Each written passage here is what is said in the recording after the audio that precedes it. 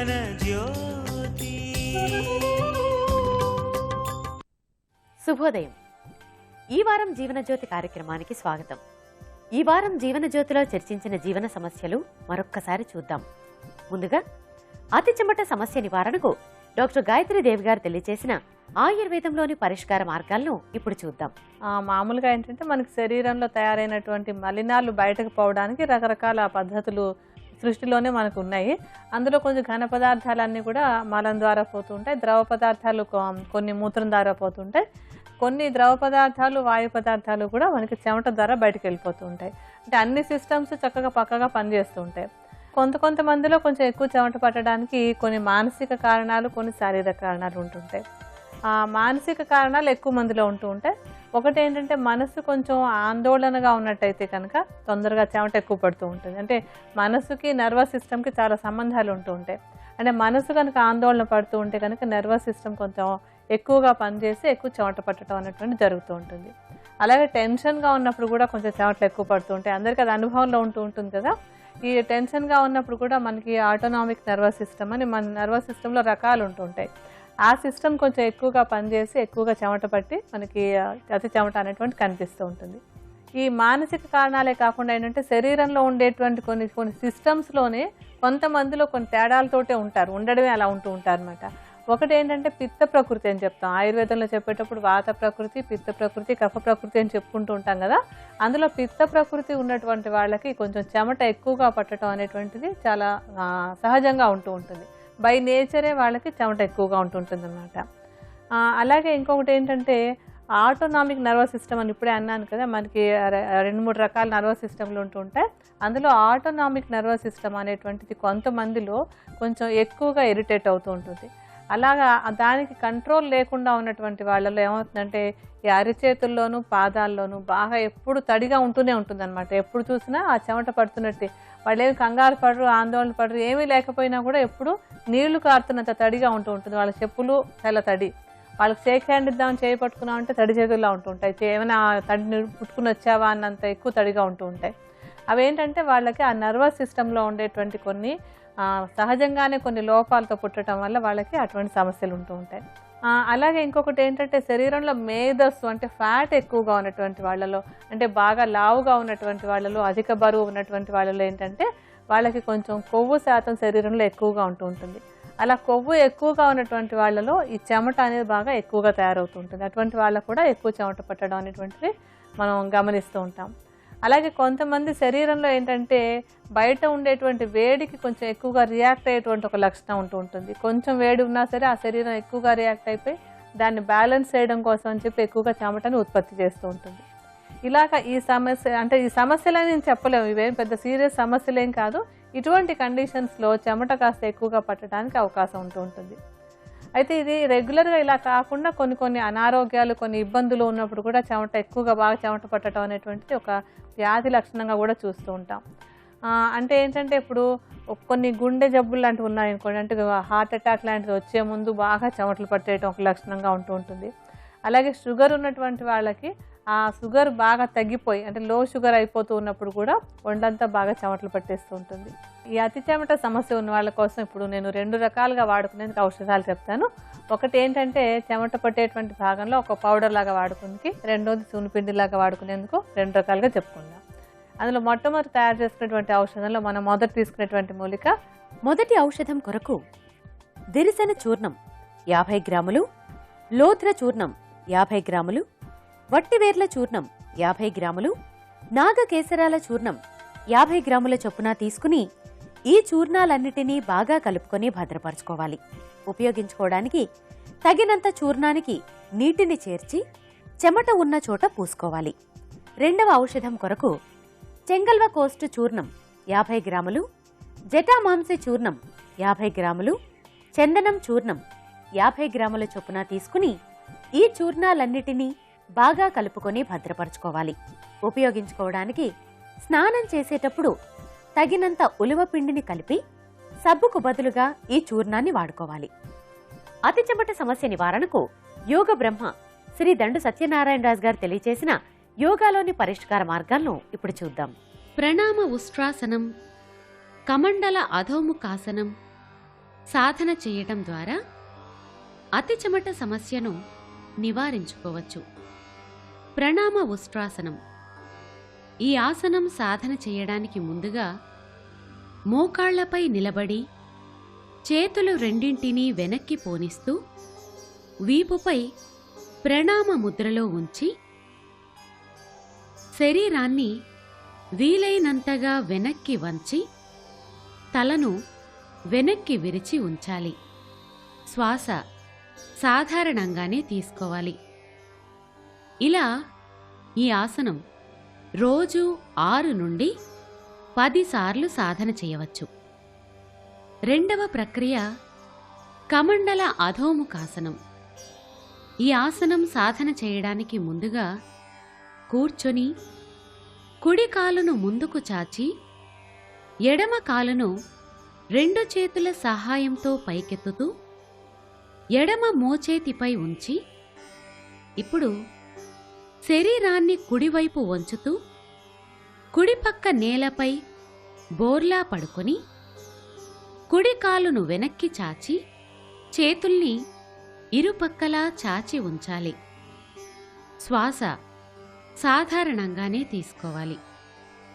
ఇలా ఈ ఆసనం రోజు 2 పక్కల 5 నుండి 8 సార్లు సాధన చేయవచ్చు. అతి చెమట సమస్య నివారణకు ఆయుర్వేద యోగా శాస్త్రాల్లోని చక్కటి పరిష్కార మార్గాలను తెలుసుకున్నాం కదా. మరిప్పుడు ఎండకు చర్మం కమిలే సమస్య నివారణకు ఆయుర్వేదంలోని పరిష్కార మార్గాల్ని చూద్దాం. మామూలుగా ఏంటంటే చర్మం చక్కగా ఆరోగ్యంగా ఉండాలంటే దానికి సరిపోయినంత తేమ కావాలి, సరిపోయినంత తైలం అంటే నూనె పదార్థం ఉండాలి, అలాగే వాతావరణంలో ఉండేటువంటి ఉష్ణోగ్రత లేదంటే టెంపరేచర్ ఒకటి మెయింటైన్ అవ్వాలన్నమాట. ఇవి మామూలుగా ఏంటంటే మనకి శరీరం లోపల నుంచి వచ్చేటువంటి వాటిలలో ఈ తేమ అనేటువంటిది అంటే మనం తీసుకునేటువంటి నీరు కానీ లేకపోతే జ్యూసెస్ కానీ ద్రవ పదార్థాలు ఏవైనా కానీ అవి సరిగా తీసుకున్నప్పుడు అవి మన చర్మానికి కావాల్సినటువంటి పరిమాణంలో ఆ తేమను అందిస్తూ ఉంటాయి. అలాగే తైలం కూడా ఏంటంటే మనం తీసుకున్నటువంటి ఆహారంలో కానీ లేకపోతే మన సిస్టంలో ఫంక్షన్స్ అన్ని సరిగా జరుగుతున్నప్పుడు కానీ తైల గ్రంథులు ఉంటాయి మనకి చర్మానికి. ఆ గ్రంథుల్లోంచి సరిపోయినంత తైల పదార్థం బయటకు వచ్చి చర్మం మృదువుగా ఉండేలాగా చూసుకుంటూ ఉంటుంది. అలాగే బయట ఉండేటువంటి టెంపరేచర్ కూడా ఎందుకు ఇంపార్టెంట్ అంటే ఇప్పుడు మనం లోపల నుంచి ఒక నీటిని తీసుకున్నాం, ఆ నీరు లోపల ఉంది మనకి, బయట టెంపరేచర్ మరీ ఎక్కువగా అయిపోయినా ఈ లోపల ఉండేటువంటి తేమ ఆరిపోతుంది. ఎందుకంటే ఆ బయట వేడిని తట్టుకోవడం కోసమని మన లోపల ఉండేటువంటి ఈ చల్లదనం అంతా ఎగిరిపోతూ ఉంటుంది బ్యాలెన్స్ అవ్వడం కోసమని. అలాగే ఇప్పుడు బయట మరీ చల్లగా ఉందనుకోండి, ఆ చల్లదనం ఎక్కువగా ఉన్నప్పుడు కూడా మన లోపల ఉండేటువంటి తేమ కొంత పోతూ ఉంటుంది. అప్పుడు ఎందుకు పోతుందంటే ఆ బయట చల్లదనం ఎక్కువగా ఉన్నప్పుడు మన లోపల నుంచి కొంత వేడిని పుట్టించాల్సి వస్తూ ఉంటుంది. ఇలాంటి వాతావరణంలో మార్పులు వచ్చినప్పుడు ఆ చర్మం మీద కొంత మార్పులు రావడం జరుగుతూ ఉంటుంది చాలా వరకు. అదేంటంటే కొంతమందికి ఇది చర్మం కమిలిపోతుంది, కొంతమంది కమిలిపోదు, ఎండలోకి వెళ్ళినా కూడా బాగానే ఉంటుందని కదా మీరు అంటున్నారు. ఇప్పుడు మామూలుగా ఏమవుతుందంటే ఎండ పడినప్పుడు అంటే ఈ ఎండాకాలంలో ముఖ్యంగా ఆ టైంలో ఎక్కువ వేడిగా ఉండేటప్పుడు ఆ ఎండ పడ్డప్పుడు ఏమవుతుందంటే ఆ ఎండ రేస్లో ఆ కిరణాలలో అల్ట్రావైలెట్ రేడియేషన్ అని ఉంటుంది. అంటే ఆ అల్ట్రావైలెట్ రేస్ అనేటువంటి చర్మానికి హాని చేసేటువంటివి.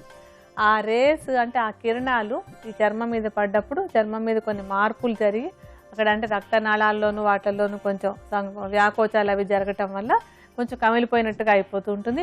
ఆ రియాక్షన్ అంటే ఎంతవరకు ఆ కిరణాలను తట్టుకోగలుగుతాం, ఎంతవరకు తట్టుకోలేము అనేటువంటిది మనిషికి తేడా ఉంటుంది.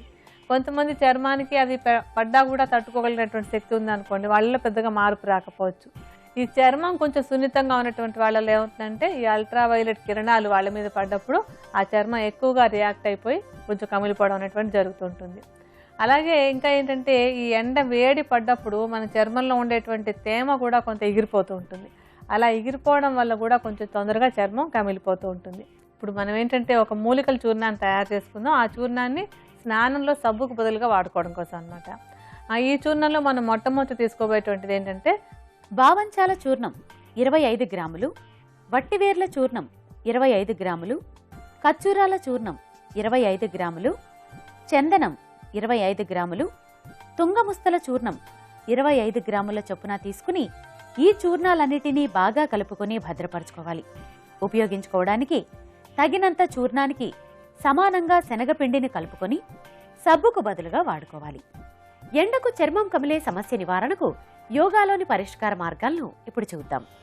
చంద్రభేదన ప్రాణాయామం ముక్తహస్త శీర్షాసనం సాధన చేయడం ద్వారా ఎండకు చర్మం కమిలే సమస్యను నివారించుకోవచ్చు. చంద్రభేదన ప్రాణాయామం. ఈ ప్రాణాయామం సాధన చేయడానికి ముందుగా పద్మాసనం లేదా సుఖాసనంలో సౌకర్యవంతంగా కూర్చోవాలి. ఇప్పుడు కుడి చేతి బొటన వేలును కుడి నాసికా రంధ్రంపై మూసి ఉంచి ఎడమ నాసికా రంధ్రం ద్వారా శ్వాస పీల్చుకొని ఉంగరపు వేలుతో ఎడమ నాసికా రంధ్రాన్ని మూసి కుడి నాసికా రంధ్రం ద్వారా శ్వాస బయటకి వదలాలి. ఇలా ఈ ప్రాణాయామం రోజు 5 నుండి 8 నిమిషాల పాటు సాధన చేయవచ్చు. రెండవ ప్రక్రియ ముక్తహస్త శీర్షాసనం. ఈ ఆసనం సాధన చేయడానికి ముందుగా మోకాళ్ళు చేతులపై ముందుకు వంగుతూ తలను కిందకి దించుతూ మాడును నేలకు ఆంచి అరచేతులు పైకి ఉండేలా నేలపై ఆంచి ఇప్పుడు కాళ్లను పైకెత్తుతూ ఏటవాలుగా ఉంచాలి. శ్వాస సాధారణంగానే తీసుకోవాలి.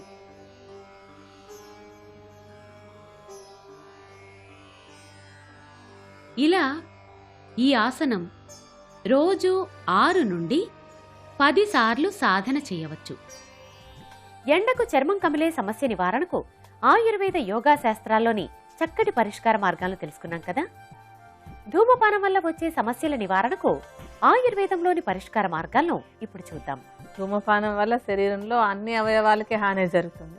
కొంచెం వివరంగా మాట్లాడుకుంటే కనీసం అది విన్న వాళ్ళలో కొంతమందికైనా ఈ హాని మనం తెచ్చుకోవద్దు అనేటువంటి ఒక కోరిక కలగాలని మన కార్యక్రమం యొక్క ఉద్దేశం.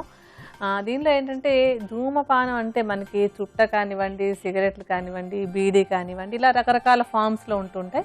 ఇవన్నీ కూడా పొగాకు సంబంధించినటువంటి ఉత్పత్తులతో తయారవుతూ ఉంటాయి. వీటిలలో ఏంటంటే ఈ పొగాకు సంబంధించినటువంటి వాటిల్లో నికోటిన్ అనేటువంటిది ఒక ప్రధానమైనటువంటి టాక్సిన్, అంటే ఒక విషపూరితమైనటువంటి పదార్థం ఇది. అలాగే ఇందులో ఏంటంటే దాదాపుగా ఒక 4000 సంఖ్యలో రకరకాల హానికారకమైనటువంటి పదార్థాలు ఇమిడి ఉంటాయి అన్నమాట ఈ నికోటిన్ లోపల. అందులో కూడా ఏంటంటే కొన్ని వందల అంటే ఈ 4000లో కూడా దాదాపు ఒక 100 పైన ఉండేటువంటి కొన్ని పదార్థాలు తీవ్రమైనటువంటి హాని చేసేవి ఉంటూ ఉంటాయి. ఇవేమవుతుందంటే ఈ నికోటిన్ ఒక సిగరెట్ కాల్చినప్పుడు దానిలో ఉండేటువంటి నికోటిన్ జస్ట్ ఒక 10 సెకండ్లలో మెదడుకు వెళ్ళిపోతూ ఉంటుంది. మామూలుగా మనం ఏదైనా ఒక ఆహార పదార్థం కానీ ఏదైనా ఒక పదార్థం తీసుకుంటే అది నెమ్మదిగా కడుపులోకి వెళ్ళి అరిగి మొత్తం అంతా వెళ్ళడానికి కొన్ని గంటలు టైం పడుతూ ఉంటుంది. అలాంటిది ఈ సిగరెట్ కానీ ధూమపానం ఏదైనా కానీ కాల్చినప్పుడు ఏంటంటే దానిలో ఉండేటువంటి ఆ నికోటిన్ అనేటువంటి పదార్థం ఒక 10 సెకండ్లలో మెదడుకి వెళ్ళిపోతుంది. అంటే అది ఎంత తీవ్రంగా పనిచేస్తుందని మనం అర్థం చేసుకోవాలన్నమాట. అలాగే ఏంటంటే ఈ నికోటిన్ లేదా ఈ ధూమపానం వల్ల వచ్చేటువంటి సమస్యల్లో ఇంకొకటి, వీటిలో కార్బన్ మోనాక్సైడ్ అనేటువంటిది ఒక పదార్థం ఉంటుంది. కాస్త కూస్త సైన్స్ చదువుకునే వాళ్ళకి తెలుస్తుంది. కార్బన్ మోనాక్సైడ్ అంటే ఒక విషపూరితమైనటువంటి ఒక వాయువు. ఆ కార్బన్ మోనాక్సైడ్ ఇందులో ఉంటుందన్నమాట. మనం గాలి పీల్చుకున్నప్పుడు మామూలుగా ఆక్సిజన్ రక్తంలోంచి శరీర కణాలకు అందకుండా ఈ కార్బన్ మోనాక్సైడ్ ఒక విలన్ లాగా అడ్డుపడుతూ ఉంటుంది. ఆక్సిజన్ మనకు అందలేదు అంటే మనకు ప్రాణవాయువు అందకపోతే ఏమవుతుందని మనం వివరించుకోకర్లేదు. చాలా చాలా హాని జరిగేందుకు అవకాశం ఉంటుంది. అలాగే ఇంకా ఏంటంటే ఇందులో ఉండేటువంటి నికోటిన్ మన కణాలలో ఉండేటువంటి యాంటీ ఆక్సిడెంట్స్ తయారయ్యే శక్తి మీద దాని ప్రభావం చూపిస్తుంది. అంటే యాంటీ ఆక్సిడెంట్స్ ఎప్పుడు కూడా మనకి రోగ నిరోధక శక్తికి అవసరమైనటువంటివి. ఆ యాంటీ ఆక్సిడెంట్స్ తయారు అవ్వకుండా ఉండడానికి కూడా ఈ నికోటిన్ కారణం అవుతుంది. అందుకని ఈ ధూమపానం చేసేటువంటి వాళ్ళకి తొందరగా అనారోగ్యాలు వచ్చేటందుకు, వచ్చినవి తొందరగా తగ్గకుండా ఉండేందుకు కూడా అవకాశం ఉంటుంది. ఈ ధూమపానం వల్ల శరీరంలో జరిగినటువంటి కొన్ని మార్పులన్నీ మళ్ళీ కరెక్ట్ అయిపోయి శరీరం ఆరోగ్యంగా తయారవడానికి, ఆ లోపల ఉండేటువంటి మలిన పదార్థాలు బయటకు పోవడానికి ఒక మంచి ఔషధాన్ని తయారు చేసుకుందాం. ఈ ఔషధం తయారీలో మనం మొట్టమొదటి తీసుకునేటువంటిది ఏంటంటే అశ్వగంధ చూర్ణం 50 గ్రాములు, బలవేర్ల చూర్ణం 50 గ్రాములు, శతావరి చూర్ణం 50 గ్రాములు, త్రిఫలా చూర్ణం 50 గ్రాముల చొప్పున తీసుకుని ఈ చూర్ణాలన్నిటినీ బాగా కలుపుకొని భద్రపరచుకోవాలి. ఉపయోగించుకోవడానికి చెంచాడు చూర్ణాన్ని గోరువెచ్చని నీటిలో కలుపుకొని ఉదయం సాయంత్రం ఆహారం తిన్న తర్వాత తీసుకోవాలి. ధూమపానం వల్ల వచ్చే సమస్యల నివారణకు యోగాలోని పరిష్కార మార్గాలను ఇప్పుడు చూద్దాం. ద్విహస్త విస్తృత ఉత్తానాసనం, ఊర్ధ్వముఖ ఏకపాద బంధాసనం సాధన చేయడం ద్వారా ధూమపానం వల్ల వచ్చే సమస్యలను నివారించుకోవచ్చు. ద్విహస్త విస్తృత ఉత్తానాసనం. ఈ ఆసనం సాధన చేయడానికి ముందుగా వెల్లకిల్లా పడుకోవాలి. ఇప్పుడు కాళ్ళు రెండింటినీ కొద్దిగా వెడల్పు చేసి చేతులు రెండింటినీ ఇరుపక్కలా చాచి ఇప్పుడు తల, కాళ్ళు, చేతుల్ని కొద్దిగా పైకి ఎత్తి ఉంచాలి. శ్వాస సాధారణంగానే తీసుకోవాలి. ఇలా ఈ ఆసనం రోజు 6 నుండి 10 సార్లు సాధన చేయవచ్చు. రెండవ ప్రక్రియ ఊర్ధ్వముఖ ఏకపాద బంధాసనం. ఈ ఆసనం సాధన చేయడానికి ముందుగా కూర్చొని కాళ్ళు రెండింటినీ ముందుకు చాచాలి. ఇప్పుడు కుడి కాలును పైకెత్తి కుడి భుజంపై ఉంచి చేతులు రెండింటినీ వెనక్కి పోనిచ్చి వెనుక జోడించి ఉంచి కుడి కాలి మడమను ఎడమ మోకాలిపై ఉంచి ఇప్పుడు ఎడమ కాలును కొద్దిగా పైకి ఎత్తి ఉంచాలి. శ్వాస సాధారణంగానే తీసుకోవాలి. ఇలా ఈ ఆసనం రోజు 2 పక్కల 5 నుండి 8 సార్లు సాధన చేయవచ్చు. ధూమపానం వల్ల వచ్చే సమస్యల నివారణకు ఆయుర్వేద యోగా శాస్త్రాల్లోని చక్కటి పరిష్కార మార్గాలు తెలుసుకున్నాం కదా. వడదెబ్బ నివారణకు ఆయుర్వేదంలోని పరిష్కార మార్గాలను ఇప్పుడు చూద్దాం. మామూలుగా ఏంటంటే మన శరీరంలో టెంపరేచర్ మెయింటైన్ అయ్యేందుకు ఒక మెకానిజం ఉంటూ ఉంటుంది. అంటే మనం ఎప్పుడు చూడండి నార్మల్ టెంపరేచర్ అనుకుంటూ ఉంటాం కదా. ఈ నార్మల్ టెంపరేచర్ అనేది సుమారుగా 98.4 లేదంటే 98.6గా చెప్పుకుంటూ ఉంటాం. మనం చలిగాల్లోకి వెళ్ళినా లేకపోతే ఎండలోకి వెళ్ళినా ఎక్కడికి వెళ్ళినా కూడా మన లోపల ఉండేటువంటి ఆ టెంపరేచర్ మెయింటైన్ అవుతూ ఉంటుంది. అంటే టెంపరేచర్ మారగానే బయట ఉష్ణోగ్రత మారగానే మన టెంపరేచర్ మారిపోదు, అలా ఉంటూ ఉంటుంది. అది అలా ఉండడానికి ఏంటంటే మన శరీరంలో ఒక మెకానిజం ఉంటుంది, మెదడులో ఒక భాగం ఉంటుంది. ఆ భాగం ఏం చేస్తుందంటే మనం చలిగాల్లోకి వెళ్ళినా సరే లేకపోతే ఎండలోకి వెళ్ళినా సరే మన బాడీ టెంపరేచర్ మారిపోకుండా ఉండడానికి ఏమేం జరగాలో అవి సరిగా జరిగేలాగా చూసుకుంటూ ఉంటుంది. అయితే మామూలుగా నార్మల్గా ఎప్పుడు ఇలా ఫంక్షన్స్ జరుగుతూ ఉంటాయి. అయితే ఏమవుతుందంటే ఎండాకాలం మరీ ఎక్కువ ఎండగా ఉన్నప్పుడు, మామూలుగా కొంచెం ఎండగా ఉన్నప్పుడు ఏం ప్రాబ్లం ఉండదు, మరీ ఎక్కువ ఎండగా ఉన్నప్పుడు ఏమవుతుందంటే ఈ టెంపరేచర్ మెకానిజంలో కొంచెం దెబ్బతినేందుకు అవకాశం ఉంటుంది. అది దెబ్బతినడానికి కారణం ఏంటంటే ఎక్కువగా బయట వేడి ఎక్కువగా ఉన్నప్పుడు ఏమవుతుందంటే మన శరీరానికి కావాల్సినటువంటి నీరు సరిపోదు. ఆ నీరు సరిపోక ఏం చేస్తుందంటే రక్తంలో ఉండేటువంటి నీటిని ఈ కణాలు బయటకు తీసేసుకుంటాయి. శరీరంలో ఉండేటువంటి మిగతా కణాలు ఆ రక్తంలో ఉండేటువంటి నీటి శాతాన్ని తీసేసుకుంటాయి. అలా తీసుకున్నప్పుడు ఈ లోపల ఉండేటువంటి టెంపరేచర్ని మెయింటైన్ చేసేటువంటి మెకానిజం దెబ్బతిని అది టెంపరేచర్ని కంట్రోల్ చేయలేక బాగా వేడెక్కిపోతుంది అన్నమాట. లోపల ఉండేటువంటి కొన్ని మార్పులు వచ్చి ఒక టెంపరేచర్ కూడా తగులుతుంది, వేడి జ్వరం కూడా వచ్చేందుకు అవకాశం ఉంటుంది. అలా వేడెక్కిపోయినప్పుడు శరీరంలో అంటే రక్తంలో ఉండేటువంటి ఆ నీటి శాతం తగ్గిపోవడం వల్ల వడదెబ్బ తగలడం అనేటువంటి ఒక పరిస్థితి, దాన్ని ఏంటంటే హీట్ స్ట్రోక్ అంటాం. వేడి ఎక్కువ కావడం వల్ల రక్తంలో ఉండేటువంటి నీరు తగ్గిపోవడంతో ఒక స్పృహ తప్పేటువంటి స్థితి లాంటిది రావడాన్ని వడదెబ్బ అని చెప్తూ ఉంటాం. మొట్టమొదటి ఏంటంటే ఇంకా వడదెబ్బ లక్షణాలు పూర్తిగా రావడానికి ముందు బాగా దాహం వేస్తూ ఉంటుంది, నీరు ఎక్కువ తాగాలన్న కోరిక ఎక్కువగా ఉంటూ ఉంటుంది. ఆ తర్వాత ఏంటంటే కాళ్ళు బాగా నొప్పులు పెడుతూ ఉంటాయి.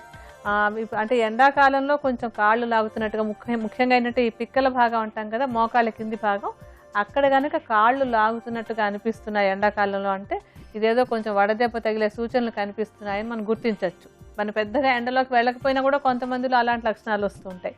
అది మొట్టమొదటి లక్షణం అనమాట, కాళ్ళు లాగినట్టుగా ఉండడం అనేది. ఆ తర్వాత ఇంకొకటి ఏంటంటే మూత్రం సరిగా సాఫీగా కాదు, కొంచెంగా వచ్చి రానట్టుగా ఉంటూ ఉంటుంది అనమాట, చాలా తగ్గిపోతూ ఉంటుంది. అంటే శరీరంలో నీటి శాతం తగ్గింది కదా, ఆ నీరు తగ్గడం వల్ల ఏమవుతుందంటే మూత్రం కూడా సరిగా రాదనమాట. ఆ తర్వాత కళ్ళు తిరిగినట్టుగా ఉండడం, ఒళ్ళంతా వేడిగా అయిపోవడం, అంటే భరించలేని ఒక ఆవిరిలాగా అనిపిస్తూ ఉండడం. ఈ స్థితి దాటాక ఏంటంటే స్పృహ తప్పుతూ ఉంటుంది, స్పృహ తప్పి పడిపోవడం అనేటువంటి కూడా జరుగుతూ ఉంటుంది. ఇప్పుడు ఏంటంటే వడదెబ్బ తగలకుండా ఉండడానికి ఒక కషాయం చేసుకోవడం కావాల్సినటువంటి చూర్ణాన్ని తయారు చేసుకుందాం. ఈ చూర్ణం తయారు చేసుకోవడానికి మనం మొట్టమొదటి తీసుకునేటువంటిది వట్టివేర్ల చూర్ణం 30 గ్రాములు, తుంగముస్తల చూర్ణం 30 గ్రాములు, చందనం చూర్ణం 30 గ్రాములు, ఖర్జూరాల చూర్ణం 30 గ్రాములు, సొంటి చూర్ణం 30 గ్రాముల చొప్పున తీసుకుని ఈ చూర్ణాలన్నిటినీ బాగా కలుపుకొని భద్రపరచుకోవాలి. ఉపయోగించుకోవడానికి చెంచాడు చూర్ణాన్ని అరకప్పు నీటిలో వేసి ఉదయం నానబెట్టి సాయంత్రం నానబెట్టి ఉదయం తీసుకోవాలి. వడదెబ్బ నివారణకు యోగాలోని పరిష్కార మార్గాలను ఇప్పుడు చూద్దాం. శీతకారి ప్రాణాయామం, శీర్షబంధాసనం సాధన చేయడం ద్వారా వడదెబ్బ సమస్యను నివారించుకోవచ్చు. శీతకారి ప్రాణాయామం. ఈ ప్రాణాయామం సాధన చేయడానికి ముందుగా పద్మాసనం లేదా సుఖాసనంలో సౌకర్యవంతంగా కూర్చోవాలి. తరువాత పై దంతాలను కింది దంతాలను జోడించి దంతాల సందుల ద్వారా గాలి పీల్చుకొని పెదాలు మూసి ముక్కు ద్వారా శ్వాస బయటకు వదలాలి.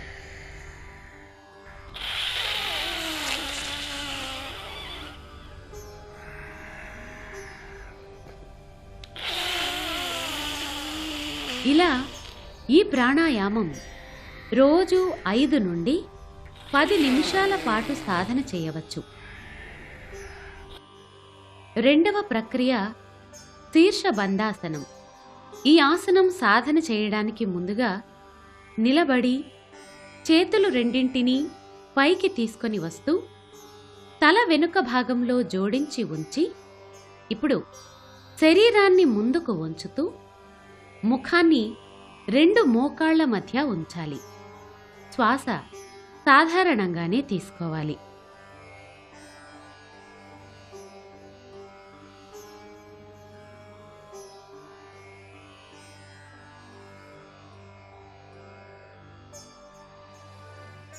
ఇలా ఈ ఆసనం రోజు 6 నుండి 10 సార్లు సాధన చేయవచ్చు.